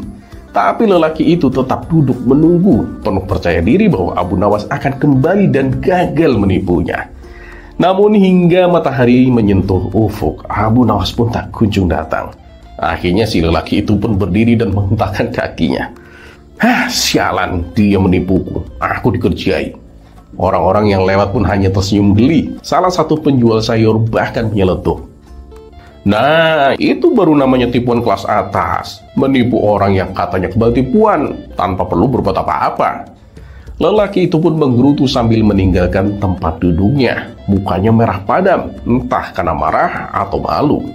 Dan di suatu tempat, Abu Nawas pun sedang duduk santai di warung lain, menyeduh teh hangat sambil tersenyum. Terkadang, tipuan terbaik adalah dengan tidak melakukan apa-apa.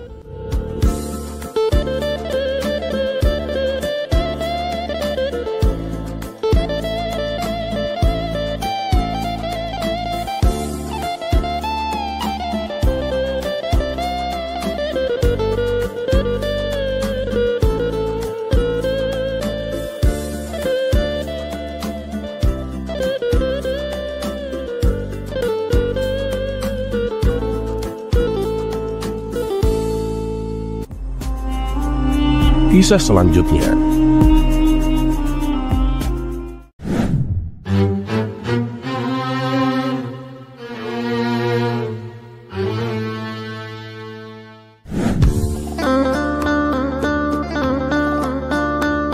Pada suatu sore yang teduh, Abu Nawas tampak duduk santai di teras rumahnya. Baru saja ia hendak menyeruput secangkir teh hangat, tiba-tiba terdengar suara seseorang yang tergopoh-gopoh datang menghampiri. "Abu Nawas, tolonglah aku," ucap Abu Jahil dengan nada memelas. "Ada apa denganmu? Kenapa terlihat panik begitu?" tanya Abu Nawas sambil meletakkan cangkir tehnya. "Anakku Abu Nawas, anakku. Aku butuh biaya untuk pengobatan Abu Nawas," jelas Abu Jahil penuh harap. "Oh, begitu? Berapa yang kau butuhkan? Barangkali aku bisa membantumu," kata Abu Nawas. 100 dinar Abu Nawas, sahut Abu Jahil cepat. 100 dinar? Apa aku tidak salah dengar? Itu bukan jumlah yang sedikit Abu Jahil, balas Abu Nawas kaget. "Ya, aku tahu, tapi sakit anakku itu cukup parah Abu Nawas. Sepertinya butuh biaya besar," ucap Abu Jahil meyakinkan. "Baiklah, akan aku pinjami. Tapi kapan kamu akan mengembalikannya? Tanya Abu Nawas. 1 bulan Abu Nawas. Aku berjanji dalam waktu 1 bulan aku pasti akan mengembalikannya. Jawab Abu Jahil dengan mantap. Waktu pun berlalu, sebulan sudah lewat, tapi Abu Jahil belum juga menepati janjinya. Bahkan ia terkesan menghindar dan tidak menunjukkan itikat baik untuk melunasi hutangnya. Dan yang membuat Abu Nawas makin kesal, ia mendengar kabar dari seorang kawannya bahwa uang itu bukan untuk berobat anaknya, melainkan dipakai untuk foya-foya. Jadi benar, uangnya bukan untuk berobat? Tanya Abu Nawas memastikan. Berobat apanya? Anak aja nggak punya dia, jawab kawannya santai. Dan akhirnya hari itu juga Abu Nawas memutuskan untuk menegur langsung. Ia pun datang ke rumah Abu Jahil. Assalamualaikum, sapa Abu Nawas sambil mengetuk pintu. Dari dalam rumah, Abu Jahil menyambut dengan wajah yang cemas. Waalaikumsalam. Ada apa Abu Nawas? Silakan masuk, katanya setengah gugup. Setelah duduk, Abu Nawas langsung bicara ke pokok intinya. Begini Abu Jahil, aku cuma ingin mengingatkan soal uang yang kamu pinjam. Ini sudah lebih dari 1 bulan Abu Jahil, tapi belum juga kamu kembalikan. Abu Jahil pun pura-pura bingung. Uang yang mana ya? Seingatku, aku nggak pernah pinjam uang darimu, Abu Nawas. Abu Nawas pun tetap tenang. Ia mengeluarkan sebuah buku catatan kecil dari balik jubahnya. Ini buktinya Abu Jahil. Aku mencatat semua pinjaman agar tidak lupa. Namamu, jumlahnya, bahkan tanggalnya semuanya ada di sini. Terang Abu Nawas. Tapi meski sudah ditunjukkan bukti, Abu Jahil masih tetap ngeyel. Kamu pasti salah tulis Abu Nawas. Bisa jadi itu orang lain. Yang jelas itu bukan aku. Abu Nawas pun mengangguk pelan. Baiklah, mungkin kamu memang sudah lupa Abu Jahil. Kalau begitu, aku juga akan melupakannya. Mendengar itu, wajah Abu Jahil pun langsung cerah. Ia tersenyum lega. Tak perlu lagi pusing-pusing memikirkan hutangnya. Tapi belum sempat bersulang teh, Abu Nawas pun menambahkan. Tapi besok aku akan datang ke sini lagi. Untuk apa Abu Nawas? Bukankah tadi kamu sudah bilang mau melupakan hutangku? Tanya Abu Jahil curiga. Ya, benar. Hari ini aku datang sebagai teman Abu Jahil. Tapi besok aku akan datang sebagai penagih pajak kerajaan. Dan itu urusannya bakal beda Abu Jahil. Wajah Abu Jahil pun langsung pucat pasi. Tanpa banyak bicara, ia buru-buru masuk ke dalam, lalu kembali sambil membawa uang. Ini Abu Nawas, tapi tolong Abu Nawas, jangan laporkan aku ke kerajaan ya, ucapnya gemetaran. Abu Nawas pun tersenyum sambil menyimpan uangnya.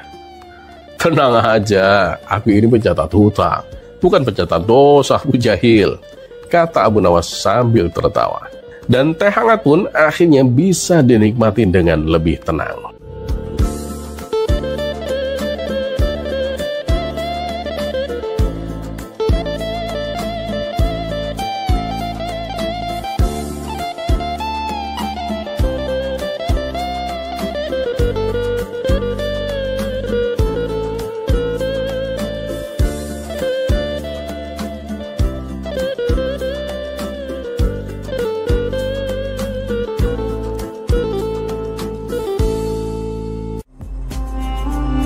Kisah selanjutnya.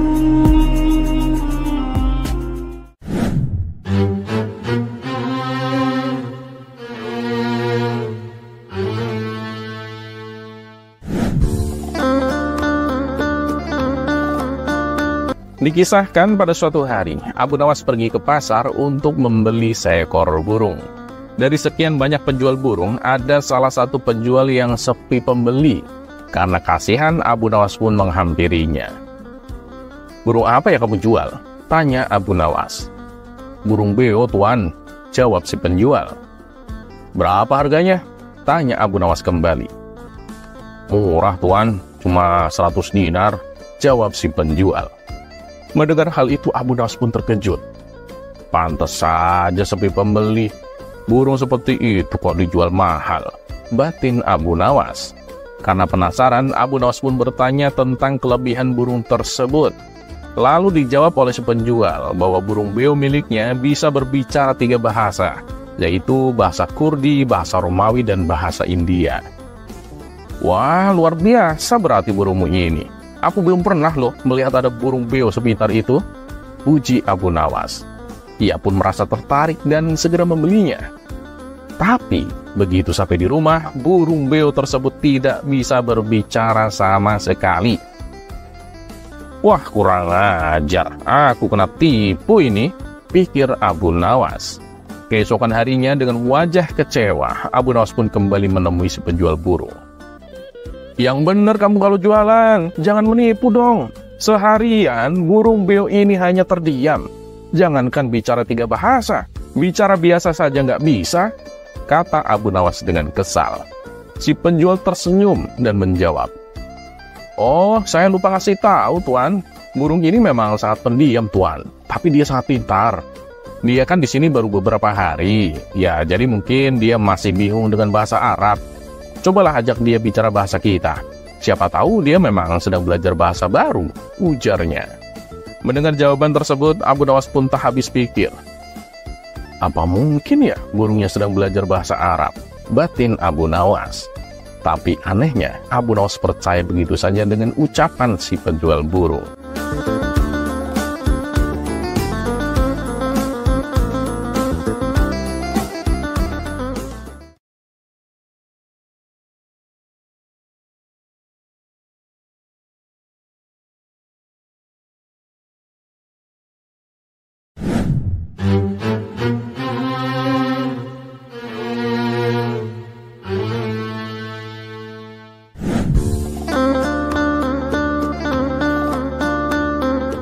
Assalamualaikum warahmatullahi wabarakatuh. Semoga semua kebaikan terlimpah kepada kita semua. Amin ya rabbal alamin. Ketika musim dingin tiba, orang-orang mengenakan mantel untuk menghangatkan tubuh mereka. Namun berbeda dengan Abu Nawas, ia masih mengenakan pakaian seperti hari-hari biasanya, karena ia tak punya uang untuk membeli mantel. Hingga suatu malam, ketika Abu Nawas pergi ke masjid, ia bertemu dengan Abu Jahil di tengah jalan. Abu Nawas, cuaca kan sangat dingin sekali, kenapa tidak pakai mantel? Tanya Abu Jahil. Mendengar pertanyaan tersebut, Abu Nawas hanya tersenyum. Jika ia menjawab yang sebenarnya, Abu Jahil pasti akan semakin meledeknya. Akhirnya, ia pun berpura-pura bahwa mantelnya telah sobek. Kenapa tidak dibawa ke tukang jahit, Abu Nawas? Tanya Abu Jahil kembali. Sudah dibawa, tapi tukang jahitnya tutup karena cuaca dingin, jawab Abu Nawas. Ia pun segera bergegas pergi meninggalkan Abu Jahil. Dengan kecerdikannya, Abu Nawas berhasil menghindari ledekan lebih lanjut dari Abu Jahil. Meskipun sebenarnya ia memang tidak punya mantel.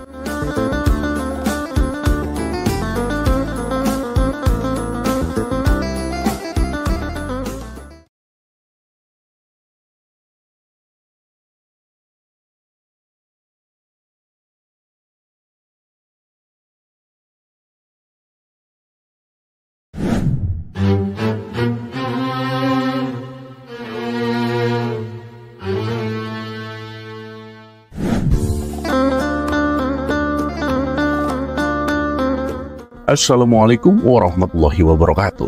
Semoga semua kebaikan terlimpah kepada kita semua. Amin ya rabbal alamin. Belakangan ini, Abu Nawas sering menghabiskan waktunya memancing di sungai.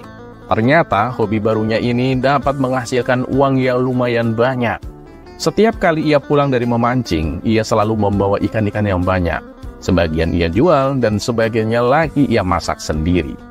Hingga suatu hari, ada seorang saudagar kaya yang melihat Abu Nawas sedang duduk santai di pinggir sungai. Ia pun menghampiri Abu Nawas dan bertanya,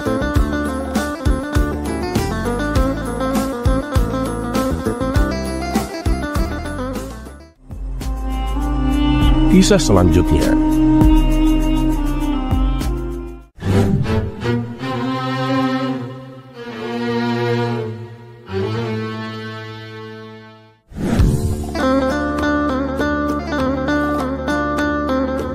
Di suatu pagi yang cerah, Abu Nawas pergi ke pasar untuk membeli beberapa kebutuhan dapur. Sepulangnya dari pasar, ia berjalan melewati jalanan sepi. Tanpa ia sadari, sisa uang yang ada di kantong bajunya terjatuh ke tanah. Kebetulan saat itu ada seorang laki-laki yang berjalan di belakangnya. Orang tersebut segera mengambil uang yang terjatuh dan menyembunyikannya.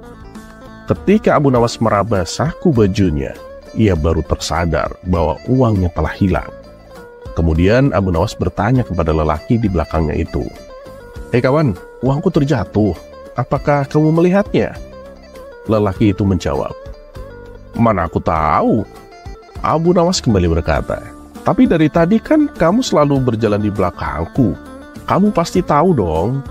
Lelaki itu membalas, "Bagaimana aku tahu uangmu terjatuh, sedangkan kedua mataku ini buta?" Mendengar hal itu, Abu Nawas tak lantas percaya. "Buta? Apa buktinya kalau kamu buta?" tanya Abu Nawas. "Kamu lihat batu besar itu?" kata si lelaki balik bertanya. "Ya, aku melihatnya," jawab Abu Nawas. "Nah itu, aku nggak melihatnya. Itulah bukti bahwa aku buta," balas si lelaki. Karena sedang terburu-buru pulang, Abu Nawas pun akhirnya pasrah dan mengikhlaskan uang yang hilang tersebut. Ia pun berlalu meninggalkannya. Tapi dalam hati ia berkata, "Awas saja kamu, akan kubalas nanti." Sementara lelaki yang pura-pura buta merasa gembira karena mendapatkan uang. Ia mengira telah berhasil memperdayai Abu Nawas. Dan di waktu yang lain, Abu Nawas kembali melewati jalanan tersebut. Tapi kali ini ia mengendarai keledai kesayangannya karena barang belanjaan yang dibawanya lumayan banyak. Di jalan itu pula, Abu Nawas kembali menjumpai lelaki yang tempo hari telah menipunya. Si lelaki berjalan tepat di belakang keledai. Ia berharap ada sesuatu yang terjatuh dari belanjaan yang dibawa Abu Nawas. Mengetahui hal itu, Abu Nawas pun memberi isyarat kepada keledainya agar merendangkan kaki belakangnya. Si keledai pun menurut. Ternyata tendangannya mengenai wajah lelaki tersebut sehingga membuatnya jatuh terpelanting ke tanah. Akibatnya wajah lelaki itu menjadi luka dan mengeluarkan darah. Sambil menahan rasa sakit, lelaki itu berteriak, "Woi, tunggu! Keledaimu menendangku! Kamu harus bertanggung jawab." Namun Abu Nawas tak menghiraukannya. Ia tetap berjalan mengendarai keledainya. Merasa tidak digubris, lelaki itu mengejarnya dan berteriak berkali-kali, "Woi, berhenti! Kamu harus bertanggung jawab!" teriaknya. Abu Nawas masih tetap saja tak menghiraukannya. Akhirnya si lelaki berlari kencang untuk mendahului keledai Abu Nawas. Setelah berhasil mengejarnya, ia pun lalu berdiri tepat di hadapan keledai Abu Nawas. "Kamu harus bertanggung jawab!" Kemudian Abu Nawas turun dari keledainya dan menghampirinya. "Dari tadi aku teriak-teriak menyuruhmu berhenti. Kenapa kamu tak mau berhenti? Menoleh ke belakang pun tidak." Abu Nawas lalu mengisyaratkan dengan kedua tangannya bahwa ia adalah orang yang tuli. Jadi wajar kalau ia tidak mendengar teriakan. Tentu saja si lelaki tidak percaya. "Apa buktinya kalau kamu tuli?"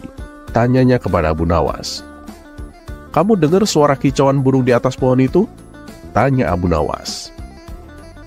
"Iya, aku dengar," balas si lelaki. "Nah, suara burung itu aku gak mendengarnya. Itulah bukti bahwa aku tuli," balas Abu Nawas.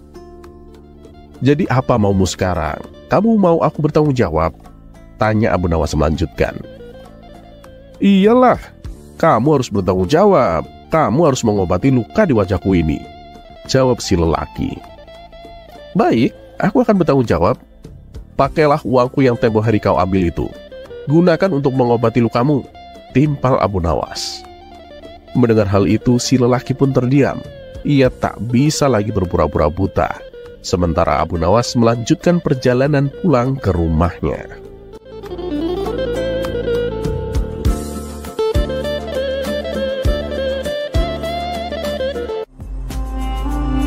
Kisah selanjutnya.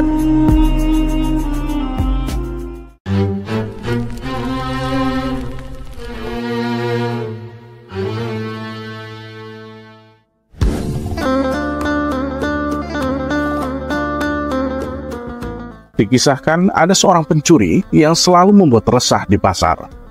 Banyak para pedagang dibuat kesal dengan pencuri ini. Pasalnya barang-barang dagangannya sering berkurang karena dicuri. Bahkan ia tak hanya mencuri barang milik pedagang, tapi terkadang ia juga mencuri barang milik pembeli. Dan yang sering menjadi korban adalah Tuan Hamid, seorang pedagang yang mempunyai toko di pasar. Meskipun berulang kali tertangkap basah, namun si pencuri tak pernah jera. Orang-orang di pasar sebenarnya sudah geram dan ingin menghukumnya. Tapi melihat kondisi tangan kanannya buntung, mereka pun merasa iba dan hanya memberinya teguran. Dengan kekurangannya inilah justru dimanfaatkan si pencuri untuk selalu mengulangi perbuatannya. Lama-kelamaan orang-orang di pasar tak tahan dengan perilakunya. Tapi mereka bingung bagaimana caranya supaya membuat si pencuri jera. Akhirnya pada suatu hari si pencuri kembali tertangkap basah. Ia mencuri barang dagangan milik Tuan Hamid. Orang-orang di pasar pun langsung membawanya ke hadapan Abu Nawas. "Bagaimana ini Tuan Abu? Apa yang harus kita perbuat terhadap pencuri ini?" tanya mereka. "Kenapa tidak kalian bawa saja ke pengadilan? Biar Tuan Hakim yang memutuskan hukumannya," ujar Abu Nawas. Akan tetapi orang-orang menolak saran tersebut, karena bagaimanapun juga mereka tak tega bila si pencuri harus mendekam di penjara. Alasannya mereka kasihan karena si pencuri buntung tangannya. Mereka hanya ingin supaya Abu Nawas membuat si pencuri menjadi jera atas perbuatannya. Abu Nawas selalu bertanya kepada Tuan Hamid selaku korban pencurian. "Tuan Hamid, berapa kerugian yang kau alami?" Tuan Hamid pun menjawab, "Kerugiannya sih tidak seberapa, tapi dia mencurinya hampir setiap hari." Kemudian Abu Nawas bertanya kepada si pencuri, "Sudah berapa kali kau tertangkap?" Si pencuri dengan santainya menjawab, "Ya sudah sering Tuan Abu." "Oh begitu, oke. Jadi karena kau telah melakukan banyak kesalahan, maka aku akan memberimu hukuman," kata Abu Nawas. "Hukuman? Hukuman apa?" tanya si pencuri terkejut. "Hukumannya yaitu 100 kali cambukan," jawab Abu Nawas. Sontak si pencuri langsung ketakutan. "Apa? Tuan Abu sungguh tega. Saya ini kan orang cacat Tuan Abu. Lihatlah, tangan kanan saya buntung," balas si pencuri. "Itu nggak usah khawatir, saya akan berbuat seadil-adilnya. Hukumannya nanti dibagi 2 dengan Tuan Hamid," timpal Abu Nawas. "Maksudnya bagaimana Tuan Abu?" tanya si pencuri tak mengerti. "Jadi gini, 100 cambukan yang akan kau terima akan dibagi 2 dengan Tuan Hamid. Jadi masing-masing mendapatkan 50 cambukan," jelas Abu Nawas. Mendengar penjelasan tersebut, dalam hati si pencuri berkata, "Dengan adanya hukuman ini, tidak akan ada lagi korban yang mau melaporkanku, karena sama-sama akan mendapatkan hukuman," pikirnya. "Oh begitu, baiklah, saya setuju," sahut si pencuri. Tuan Hamid yang mendengar hal itu tentu saja menolaknya. "Adil apanya? Masa aku yang menjadi korban harus menerima sebagian hukumannya?" protes Tuan Hamid. "Sudah, Anda turuti saja perintahku," balas Abu Nawas. Awalnya Tuan Hamid sangat keberatan, tapi ia menangkap sesuatu yang lain atas rencana Abu Nawas. Kemudian Abu Nawas memberikan cemeti dan meminta Tuan Hamid untuk mencambuk si pencuri sampai 50 kali. Si pencuri pun berteriak kesakitan. Setelah selesai menjalani hukuman, kini giliran si pencuri yang akan mencambuk Tuan Hamid. "Kurang ajar, sakit sekali tubuhku, akan kubalas dengan lebih keras lagi," pikir si pencuri. Sambil menahan rasa sakit, ia pun segera mengambil cambuk dan hendak membalas perlakuan Tuan Hamid. Namun ketika ia akan melakukan aksinya, Abu Nawas buru-buru mencegahnya.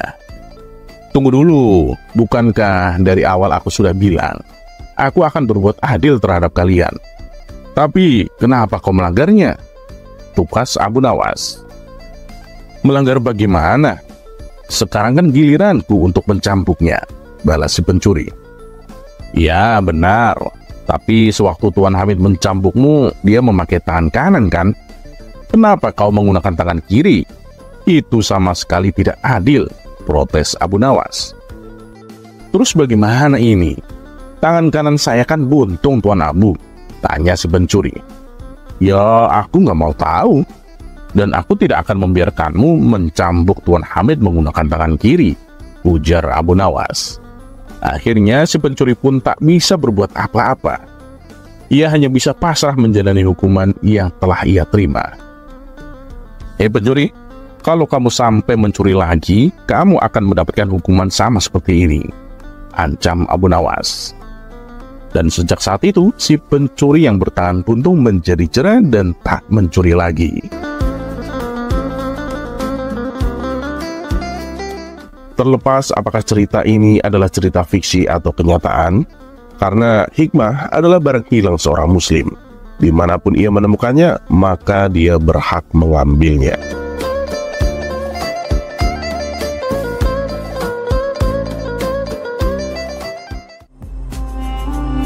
Kisah selanjutnya.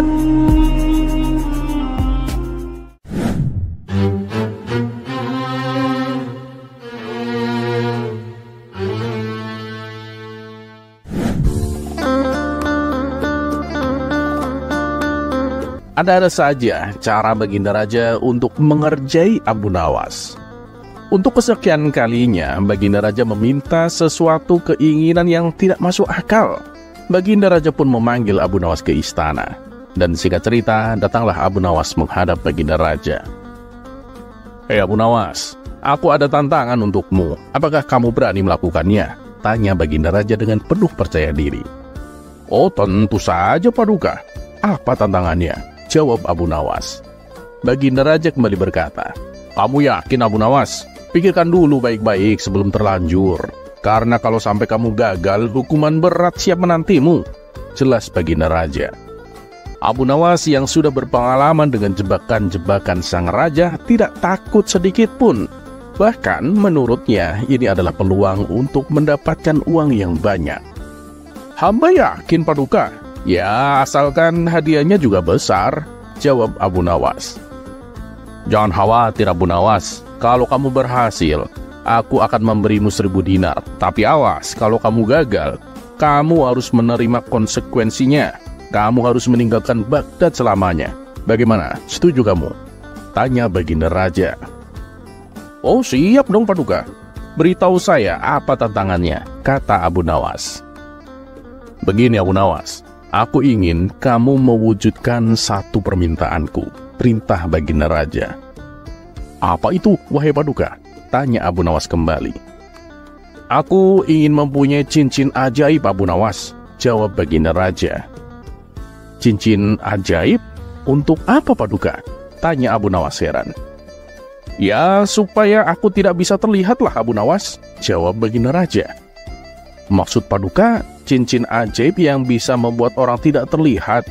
Tanya Abu Nawas memastikan. Nah, benar itu Abu Nawas, jawab Baginda Raja. Waduh, permintaan aneh macam apa lagi ini? Mana ada cincin ajaib seperti itu? Pikir Abu Nawas. Untuk beberapa saat, Abu Nawas terdiam. Ia pun mulai terlihat cemas dan kebingungan. Bagaimana Abu Nawas? Sanggup nggak kamu untuk mendapatkannya? Tanya Baginda Raja memastikan. Hamba sanggup Paduka, tapi beri waktu hamba seminggu, jawab Abu Nawas agak ragu-ragu. Baiklah, permintaanmu aku turuti. Sekarang kamu boleh pulang, kata Baginda Raja. Dan singkat cerita, setelah beberapa hari memutar otak, akhirnya Abu Nawas menemukan solusi yang tepat.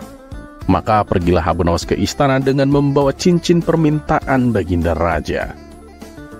Hebat kamu Abu Nawas, belum genap seminggu loh ini, tapi kamu sudah mendapatkan apa yang aku inginkan. Coba tunjukkan padaku cincinnya, pinta Baginda Raja. Ini Paduka, saya mendapatkannya dengan susah payah, balas Abu Nawas. Oh ya, di mana kamu mendapatkannya? Tanya Baginda Raja. Ya, adalah Paduka di sebuah tempat rahasia. Tempatnya sangat angker dan keramat. Di sana saya bertemu dengan seorang kakek sakti, tapi sayang, menurut kakek itu cincin ini hanya bisa dipergunakan oleh saya, tutur Abu Nawas. Oh, tidak masalah Abu Nawas. Yang terpenting kamu bisa membuktikan bahwa cincin tersebut bisa membuat orang tidak terlihat, jawab Baginda Raja. Tapi begini Paduka, kata kakek yang saya temui ada satu lagi syaratnya, kata Abu Nawas. Apalagi Abu Nawas? Kamu jangan berbelit-belit lah, cepat tunjukkan padaku, perintah Baginda Raja. Maaf Paduka, tapi cincin ini akan berfungsi manakala saya dalam keadaan terdesak, kata Abu Nawas dengan hati-hati. Karena penasaran, Baginda Raja pun terus mendesak Abu Nawas untuk membuktikannya. Baiklah, kalau Paduka ingin bukti, ayo ikut saya, ajak Abu Nawas. Abu Nawas pun mengajak Baginda Raja ke sebuah lorong istana yang berada di bawah tanah. Karena tempatnya gelap, Abu Nawas pun membawa obor sebagai penerangan. Kenapa harus ke sini, Abu Nawas? Tanya Baginda Raja dengan heran. Tenang Paduka, tidak lama lagi Paduka juga akan melihat keajaiban dari cincin ini. Bukankah itu yang Paduka kehendaki? Balas Abu Nawas. Tiba-tiba saja Abu Nawas pun terpleset dan jatuh, sehingga obor apinya ikut terjatuh dan padam. Saat suasana menjadi gelap, Abu Nawas berteriak minta bantuan kepada Baginda Raja. Paduka, tolong saya. Sepertinya kaki saya terkilir Paduka, kata Abu Nawas. Baginda Raja pun menyaut. Kamu di sebelah mana Abu Nawas? Aku tidak bisa melihatmu. Aku di sini Paduka, jawab Abu Nawas. Di sini di mana? Aku tidak bisa melihatmu, ujar Baginda Raja. Tidak lama kemudian, Abu Nawas pun kembali menyalakan obor di tangannya. Sekarang bagaimana Paduka? Apakah Paduka sudah bisa melihatku? Tanya Abu Nawas. Ya, aku sudah bisa melihatmu. Tapi kamu masih bisa berjalan kan? Tanya Baginda Raja. Bisa Paduka, alhamdulillah kaki saya tidak terluka, jawab Abu Nawas.